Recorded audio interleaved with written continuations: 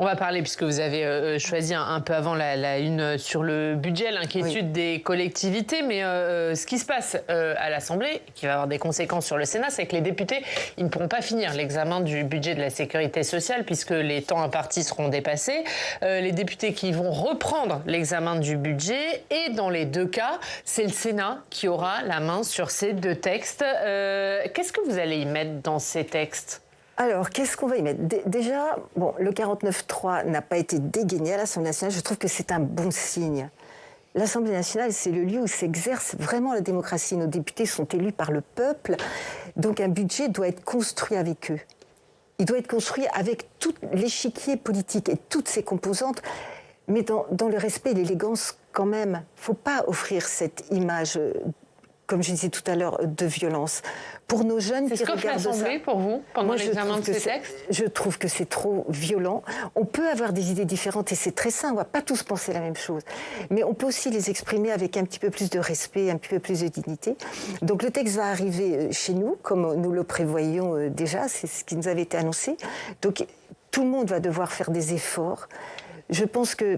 Vraiment, il y a des gens qui doivent faire plus d'efforts que d'autres. Vous savez, dans mon métier, je rencontre beaucoup de gens qui sont au SMIC. Le SMIC n'est pas élevé.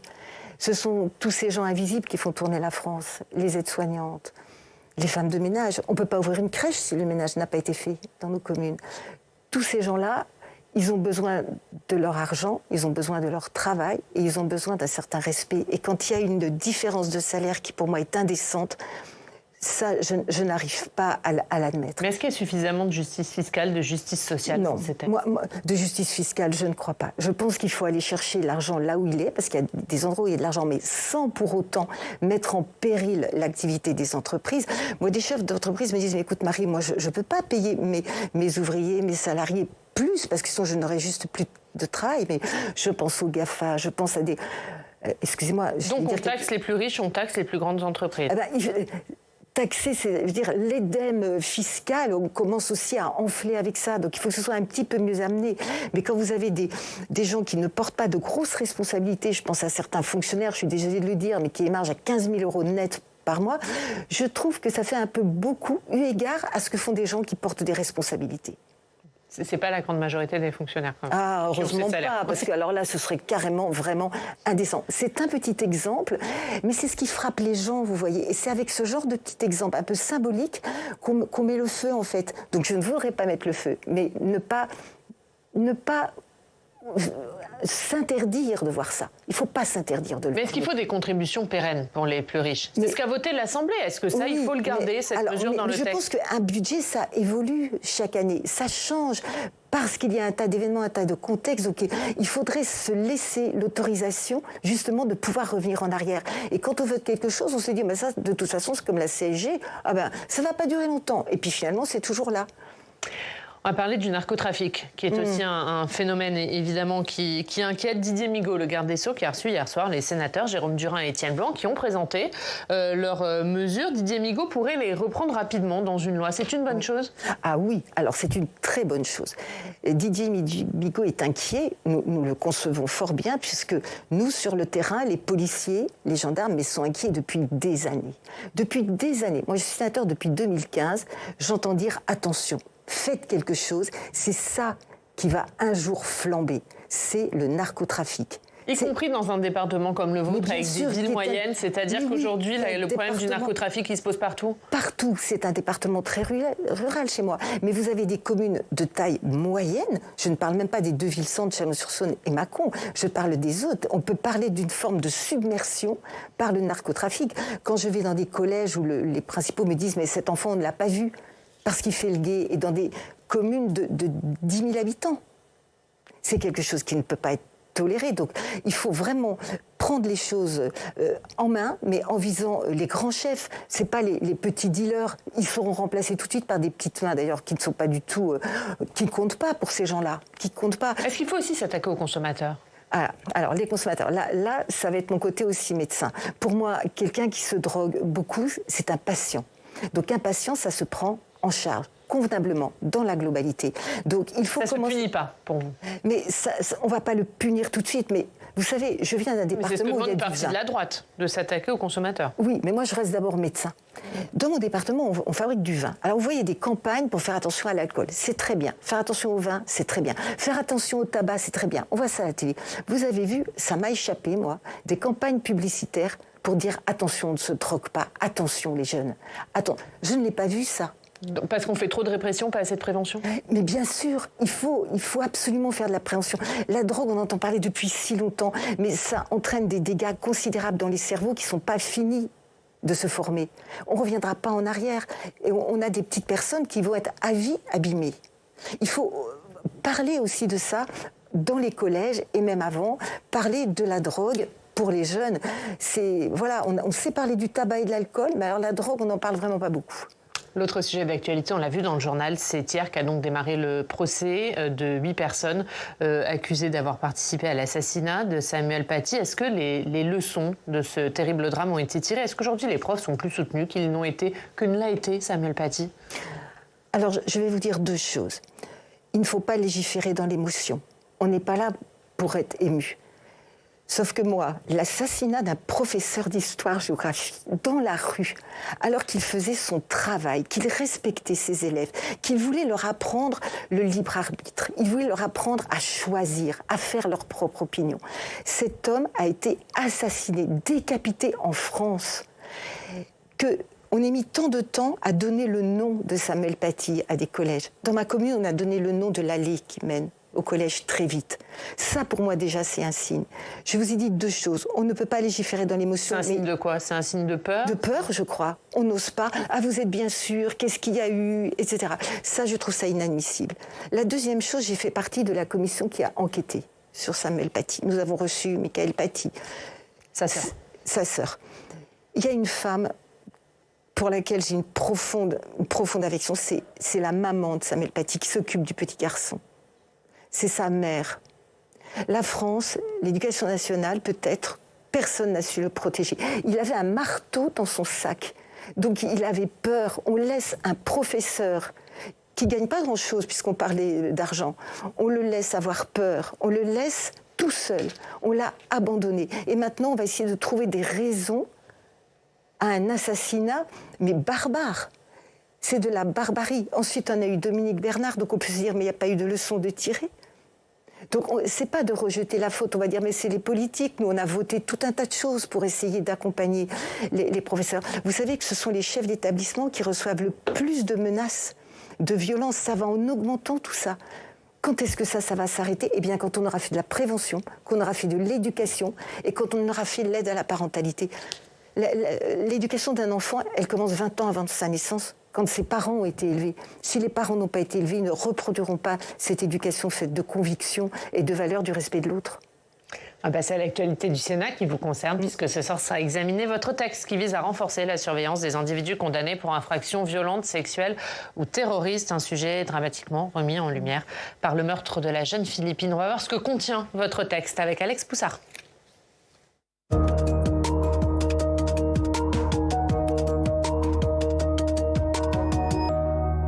Bonjour Ariane, bonjour Marie-Mercier. Bonjour. Et on va donc parler de ce texte. Et d'abord, après le viol et le meurtre de la jeune Philippine, les sénateurs veulent allonger la durée de rétention administrative pour les étrangers criminels. Ah oui, on le rappelle, en septembre dernier, la jeune étudiante a été violée puis tuée par un homme de nationalité marocaine qui avait été déjà condamné pour viol. Il avait purgé une peine de 5 ans de prison avant d'être placé en centre de rétention administrative dans l'attente de son expulsion du territoire français. Il a été libéré de rétention administrative au bout de 75 jours, mais le Maroc a tardé à livrer un laissez-passer consulaire pour permettre son expulsion. Et il a commis ce nouveau crime. Alors en réaction à ce drame, la majorité de droite sénatoriale a utilisé une proposition de loi sur la surveillance des criminels sexuels et terroristes pour proposer la mesure suivante, le fait d'allonger à 210 jours la durée maximale de rétention administrative des étrangers condamnés à une interdiction du territoire français parce qu'ils ont commis une infraction sexuelle ou violente grave, alors qu'on le rappelle, la durée actuelle de rétention administrative pour ces personnes est de 90 jours. Cette mesure, elle est souhaitée par Bruno Retailleau et donc la droite sénatoriale veut la voter. Marie Mercier, quand on prend le cas du viol et du meurtre de Philippine, avec un homme qui a été relâché de rétention administrative seulement au bout de 75 jours et pas au bout des 90 jours, la durée maximale, en fait, cette mesure ajoutée par la droite sénatoriale, elle n'aurait pas permis d'éviter ce meurtre. Mais bien sûr que non, ça n'aurait pas permis. Donc c'est pour ça que je suis en profond désaccord avec cet amendement dans mon texte. Ce texte qui concerne le FIJES et exclusivement le FIJES. On va en parler. Donc le CRA, l'allongement du temps sur le fond, on n'est pas là pour en discuter, mais la temporalité n'est pas bonne du tout. Et donc cet amendement n'a rien à faire dans ce texte. C'est un amendement qui a été ajouté, mais qui ne concerne pas le fond de cette proposition de loi. Mais ajouté par votre groupe, vous le regrettez ? Qui a été ajouté, oui, qui a été ajouté par mon groupe, mais je ne partage pas du tout, mais alors pas du tout cet ajout, puisqu'il ne concerne pas le fond de ma loi. Ça ne le concerne pas. Donc, Mais comment vous l'expliquez ? Ils ont voulu politiser votre texte ? Je pense qu'il y a peut-être eu, là, si je ne peux pas dire une faute, peut-être une erreur de vouloir aller plus loin parce qu'il y a un contexte. Mais en tout cas, ce n'est pas le bon véhicule législatif, on appelle ça comme ça. Donc peut-être que ce sera allongé, mais dans un autre texte qui concernera la loi immigration, qui va arriver probablement au printemps. En tout cas, mon texte avait 3 articles sur le FIJES et en aucun cas, l'amendement Philippine n'était concerné par ce texte que je prépare depuis 2 ans.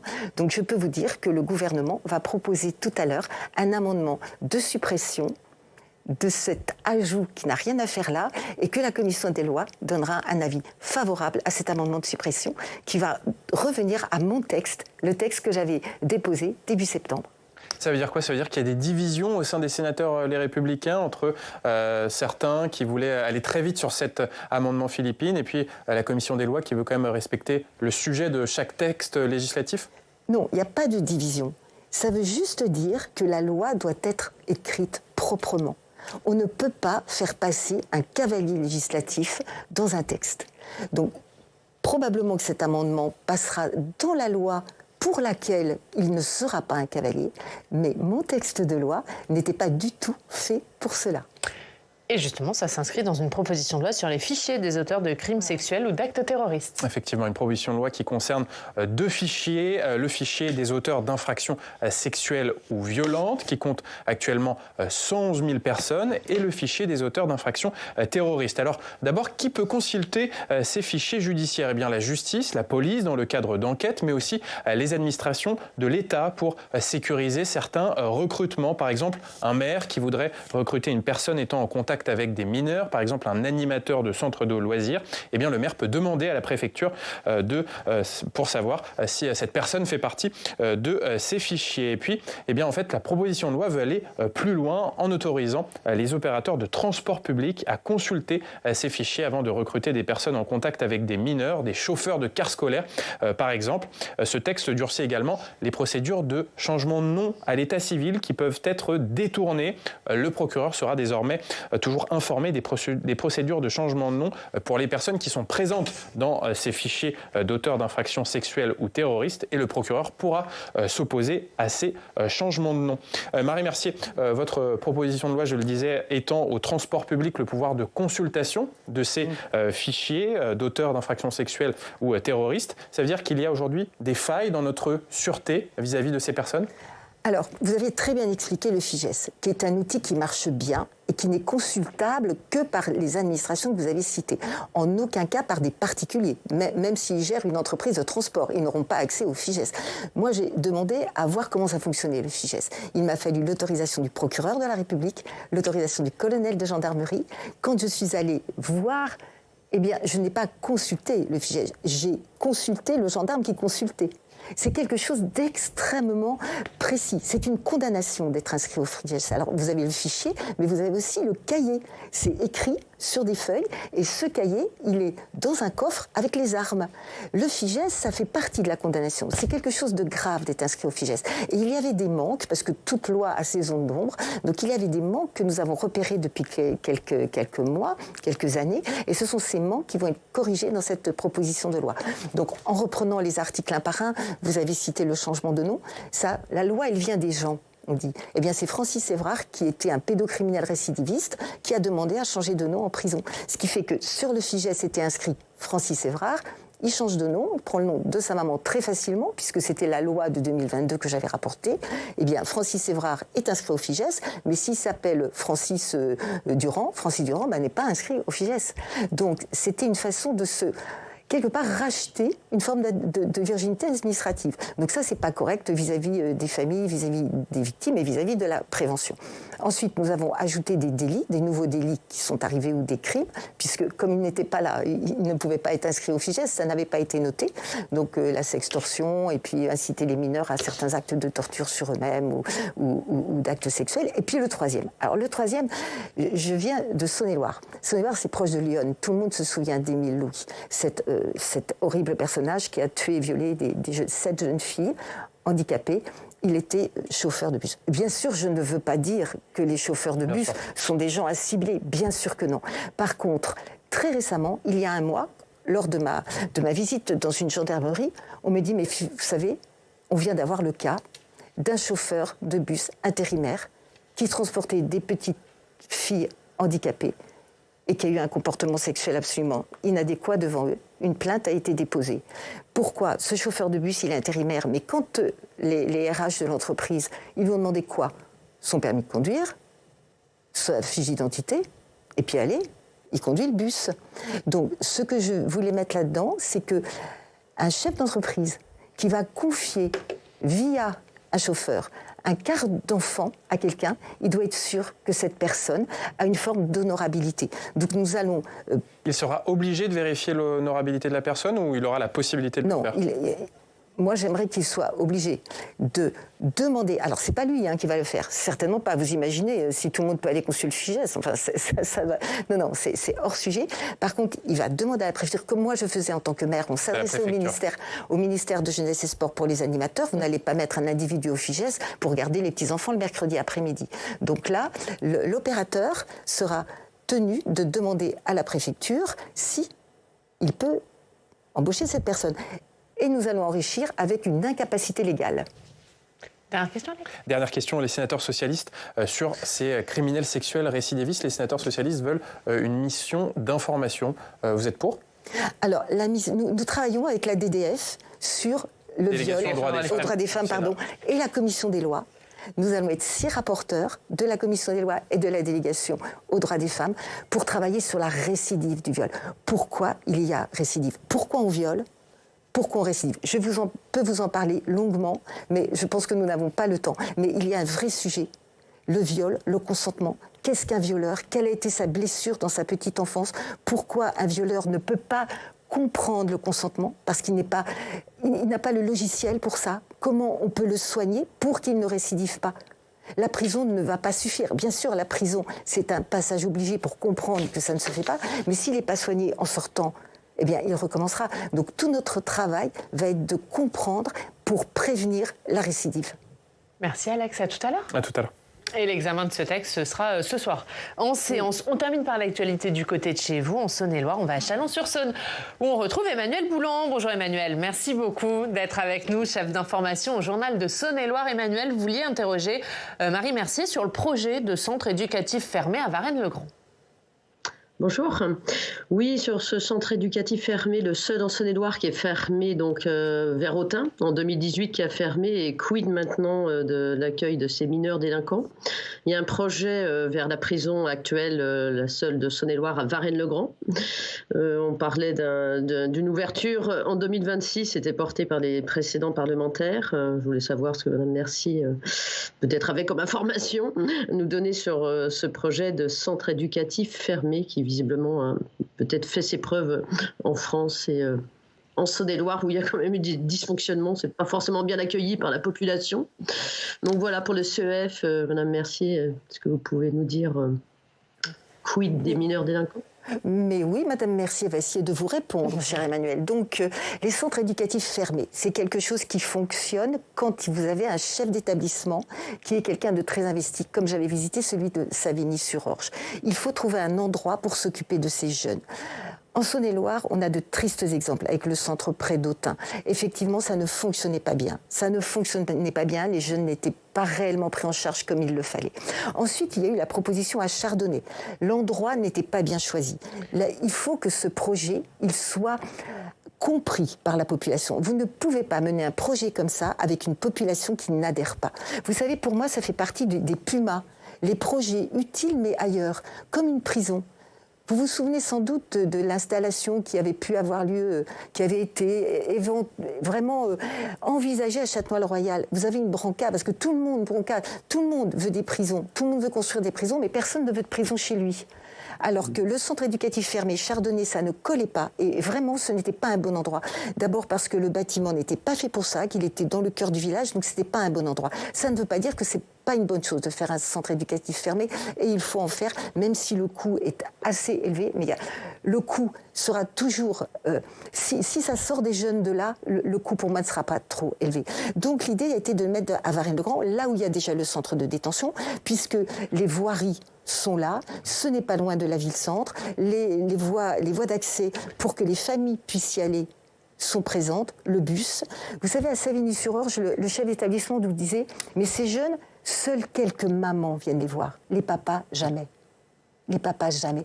Donc un centre éducatif fermé, oui, dans de bonnes conditions, avec un établissement bien situé, facile d'accès, où on va s'occuper de ces jeunes, on va leur donner envie de vivre des choses heureuse, comme vous avez titré ce matin pour les chevaux, envie de faire des choses bien, et ça c'est des éducateurs, il faut payer les éducateurs pour ça, il faut les recruter et les mettre dans un centre convenable pour eux, où ils vont apprendre les valeurs. Vous savez, on leur met des chaussures de sécurité, ils n'ont jamais mis ça, puisque la plupart étaient des dealers, donc ils ne savaient pas. Il faut reprendre l'éducation complètement dans ces centres.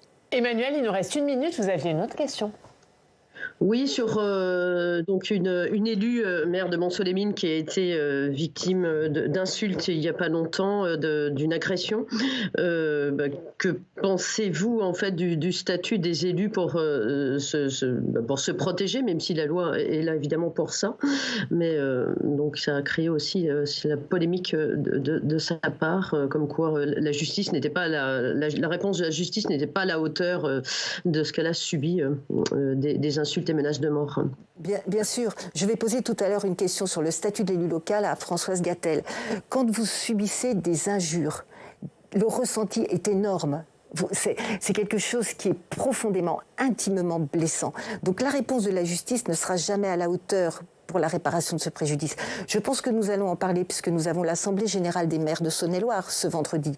Donc elle nous expliquera probablement encore son ressenti.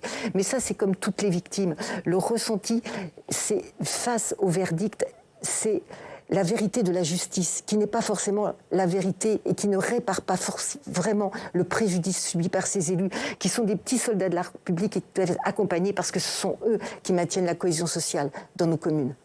Juste en 2 mots, ce sera quoi la question? Est-ce qu'il faut encore mieux protéger les élus? Les élus, nous avons voté tout un tas de textes. Mais bien sûr, les textes, ils sont votés. Alors, il faut que la justice applique ce qu'on a voté. Merci Emmanuel Boulan. Merci beaucoup d'avoir été avec nous. L'autre une du journal de Saône-et-Loire, puisqu'on en a vu une tout à l'heure, c'est censé. La police trouve 1200 articles de contrefaçon. Merci beaucoup Emmanuel Boulan d'avoir été avec nous. Et merci Marie Mercier d'être venue, notamment nous parler de votre texte. On le rappelle, il s'est examiné ce soir en séance.